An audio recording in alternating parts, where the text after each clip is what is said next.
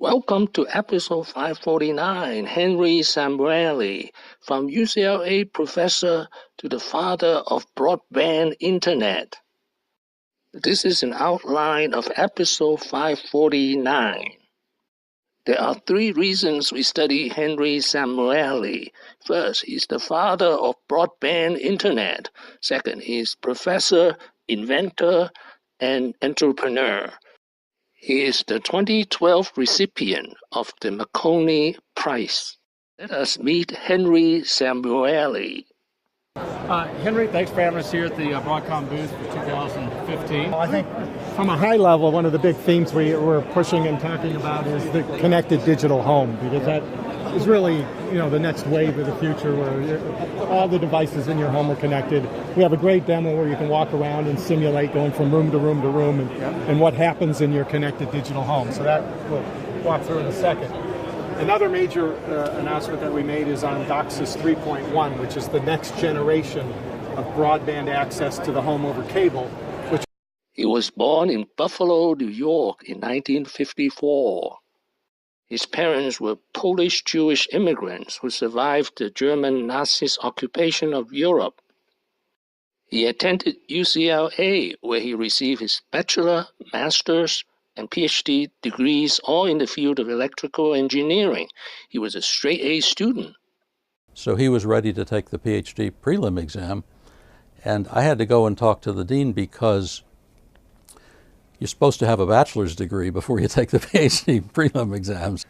From 1980 to 1985, he worked 5 years at TRW, a defense contractor in Redondo Beach, California. In 1985, at the age of 31, he returned to UCLA, this time as a professor.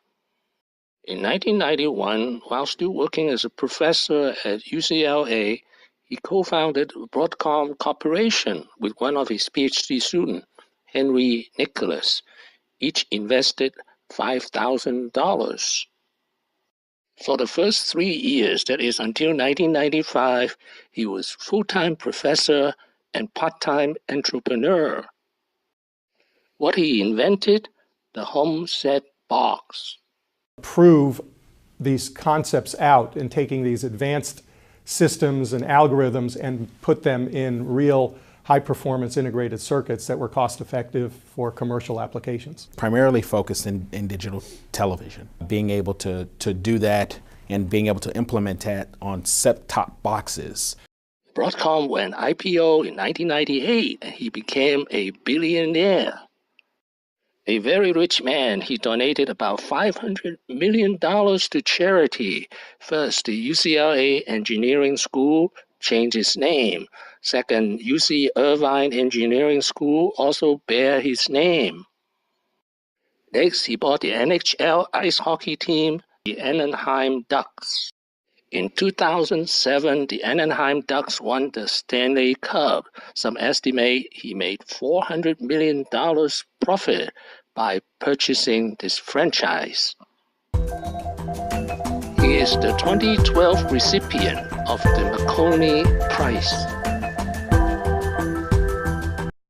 Now, the secrets of his success, the convergence of three technologies: DSP, which stands for Digital Signal Processing, VSLI, Very Large-Scale Integration, and Foundry, like Taiwan Semiconductor. Timing is really everything, being at the right place at the right time, because you really have to leverage a major market disruption to be a successful startup, because you're going against big, large, successful existing companies.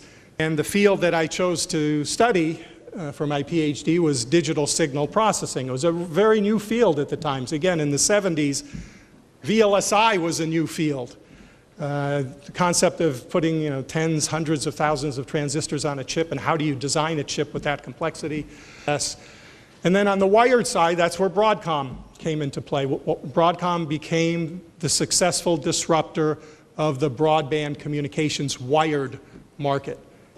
There is no such thing as a broadband modem that you can buy and put into this box to transmit 30 megabits from the cable head end to the home.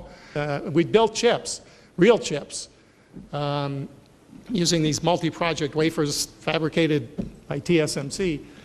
And by the way, in addition to John pulling me into TRW, one of the other reasons for the success of Broadcom is, in fact, the creation of the fabless semiconductor industry, because companies like Broadcom, yes, we could design these great chips, but we couldn't build them and sell them without a foundry.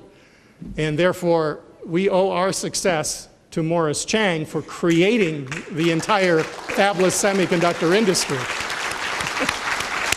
What have I learned today? HenrySamueli did the impossible. First, he's professor, inventor, and entrepreneur. Second, he started Broadcom part-time when he was 39 years old with $10,000 and a few graduate students. Thank you for watching. Please subscribe and leave your questions and comments below. My next video will be HenrySamueli, 10 lessons. Wishing everyone peace and prosperity.